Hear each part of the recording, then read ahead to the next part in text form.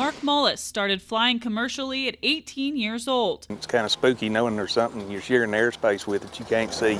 But in recent years, a new threat entered the skies with him: aerial drones. If it hit in the windshield, it could incapacitate the pilot. If it hit the right place on the engine, you could have an engine failure.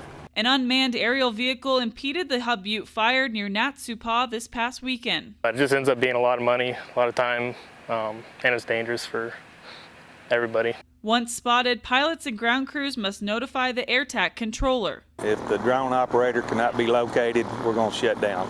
Oftentimes happening at critical moments when crews try to battle a blaze. When we could be actually putting suppression on it, and instead we're on the ground waiting for the drone to leave or to find the person flying it. Many of these drone operators are just trying to get pictures or video of the fire. They leave the photos and the videos to professionals. They work with the firefighters. But veteran pilot Mark has a message for those looky-loos. For you drone flyers out there, if you fly, we can't, so keep them on the ground around the fire. Kelsey Souto, KMVT Local 11 News.